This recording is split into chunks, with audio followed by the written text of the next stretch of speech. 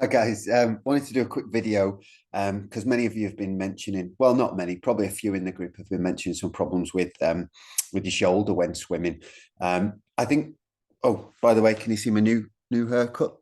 Went to the Kurdish barber, so just give us your best. I'm not sure he gave me his best, but we'll rock this for a week or so, and then we'll get fed up with it. Makes my head look really long and thin, doesn't it? Ridiculous. Anyway, swimmer's shoulder. I mean, lots of different causes, lots of reasons why you might struggle um, with your shoulder when swimming. I think generally speaking, it's an impingement problem. It's a rotator cuff or subacromial impingement problem, unless it's proven otherwise.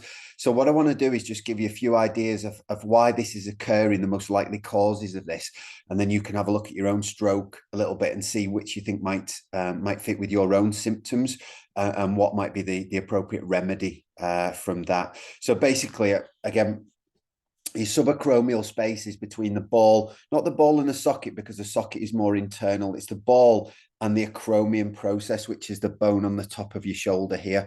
And basically, as we elevate our arm, it's more likely to catch.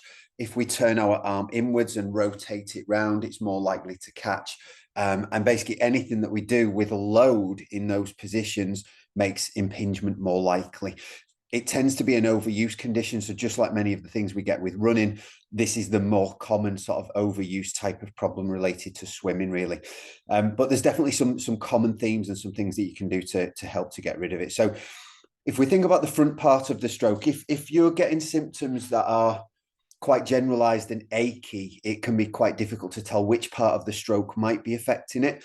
But if it's any form of little catch pain or a pain that gets worse at a certain time of the stroke, you might be able to use some of these as a guide. If it's generally achy, then it might just be the volume of swimming. And obviously, if it's not too bad when you swim, but it's worse afterwards, or worse on waking the next morning, or worse perhaps when you lean on it in bed, it's a little bit more tricky to work out what it is that you could be doing wrong.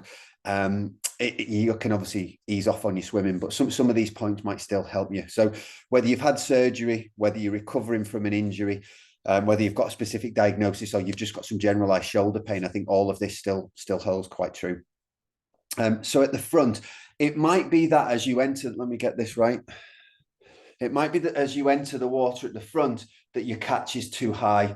So you're trying to glide and enter the water and be as sort of buoyant and as horizontal as possible. And as you try to internally rotate to catch, you just don't have enough range of motion in your shoulder for this movement, this internal rotation movement. And that, again, front on, you can see it causes impingement because things roll forwards here.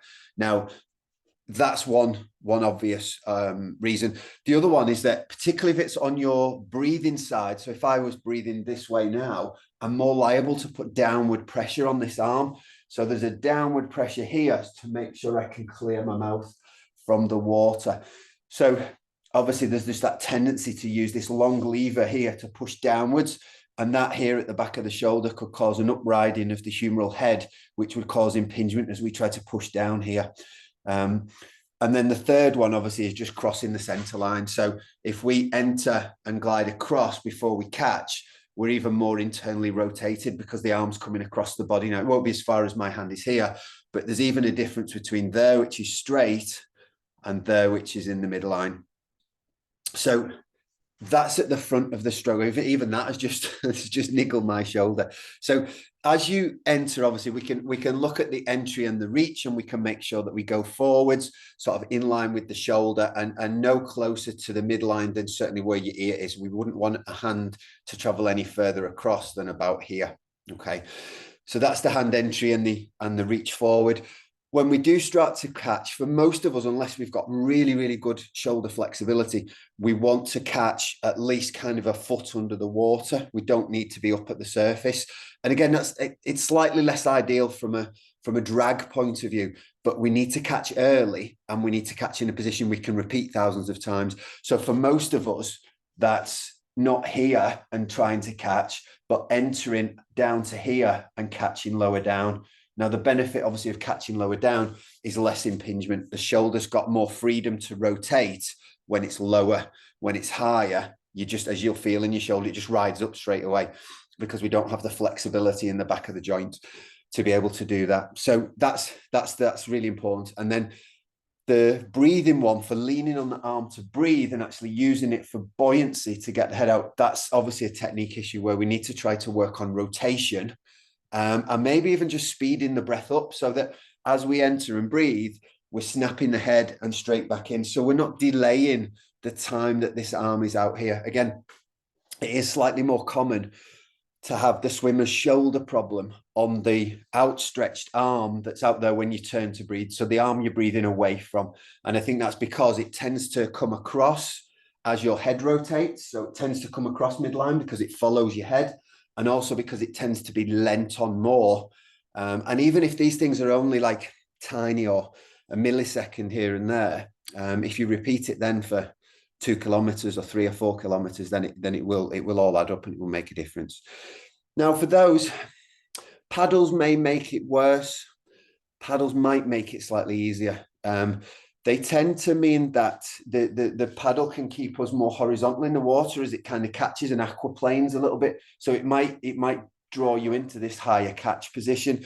So from that point of view, paddles could make it worse. Obviously, they increase the resistance, so they increase the load on the shoulder. So if that's your type of shoulder issue, at the front end of the stroke particularly, paddles may well make it worse. I think pull buoy and snorkel might actually make it better. Snorkel would make it better if it's related to rotating and not rotating well, or it's related to the breathing stroke. And the buoyancy provided by the pull buoy will just make you more stable in the water. And then you can focus on your technique a little more and you're not fighting for buoyancy at the same time. So for me, that's if it's at the front of your stroke particularly. Now, the other time that it's more likely is at the back of the stroke, but let's look at the pull next. Obviously, the pull comes next. Now, in this position where the arm is sort of heading to this diamond, I can't really show you, but heading to a diamond shape under the body, there's still quite a lot of internal rotation. The important thing here, you're not likely to get a catch in this range of motion, but here in this position, we would want to make sure that we're pressing the water back by coming through to here and then press like a tricep sort of movement, and not doing a straight arm pull, a bit like the finish of a cricket ball where we pull straight with a straight arm. Again, that would be the main point there. It's that bent elbow and press the water back, which might then reduce any pain in the middle of the stroke.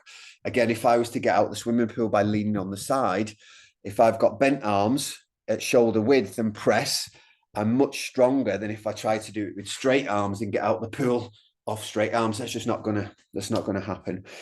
So that's the loading on the shoulder again through the middle of the stroke. And then finally, for the finish of the stroke at the back, you're more likely to have a problem if you fully execute the tricep press and then try to lift the shoulder out, because you've fully extended the shoulder back if you're down here, and then you're having to come up. And particularly if you've not rotated very well to open the shoulder up, if you're still quite flat in the water, then that shoulder's going to impinge as you start to lift up here, somewhere around here. So again, in that position, you might want to start exiting the water out the side door. So you're not quite finishing off the back of the stroke. You're almost finished, but then you come out and round. So you're not fully finishing at the back of the stroke. That's quite a useful one. And then from there on, we obviously don't necessarily want to have this swimmer's high elbow recovery with the arm in close to the body as a swimmer often does, because again, that even for me now, there's so much flexibility needed around the shoulder girdle that I don't have. That position, as you can see, causes impingement again here. So while we do want a high elbow, it doesn't need to be this swimmer's high elbow with the arm very close to the body. It could be a high elbow, wide sweeping recovery. It can absolutely be out here. This is still high elbow because the elbow is above the hand, but it's not this very typical sort of swimmer's high elbow. So this position, but coming around and even tracing your fingers around the surface of the water is still a high elbow recovery. And that wider sweep is definitely a little bit kinder for the shoulder. So that's coming through the recovery. So if you wanted to, you could combine the two. So you could come out a little early, so we're not fully extending out the back, exit out, most of your power's gone from here, exit out the side and bring it round, okay? And the final one is you could even just experiment with a straight arm recovery. Straight arm recovery, like a cricket ball, like, you know, a lot of the sort of Olympic tri swimmers do, just poof, bring it straight round. And again, if you look at the shoulder, as I bring the hand higher, the shoulder's always quite open. So that high arm, just straight arm recovery can be really useful. Whereas you can see the difference if I come this way, I'm internally rotated. It's this high elbow that's causing or can cause some impingement here. Now, the recovery may still not be a problem because there's no load on the arm. Your arm's recovering. We're not putting any power into it. So it's more likely it's related at the front to the catch. I think that's pretty much everything. As far as the recovery and the exit concerned, if that's where your problems are, the paddles might not make a difference. So you might still be able to swim with paddles because the pain is coming from a part of the stroke where you're not exerting force and the paddles are going to add extra resistance. So have a little play around with that. And then the final one, which is not really related so much to the stroke, but just to swimming in a swimming pool, is if you do an open turn rather than a flip turn, if you reach and then touch the wall, I found that previously I had a lot of pain of this type on the shoulder or the arm that I most commonly hit on the wall. So I'd glide in, touch, and naturally, as you tuck your body in and turn, you're loading up one shoulder because it's outstretched on the wall. You put a little bit of weight down and you kind of pull yourself in. And as I was doing that, and then perhaps even pushing off and leaving the arm behind a little bit, that was causing a problem. So the dogs are giving me the cue to shut up. I'll leave it there, but hopefully that's a little bit of use for you.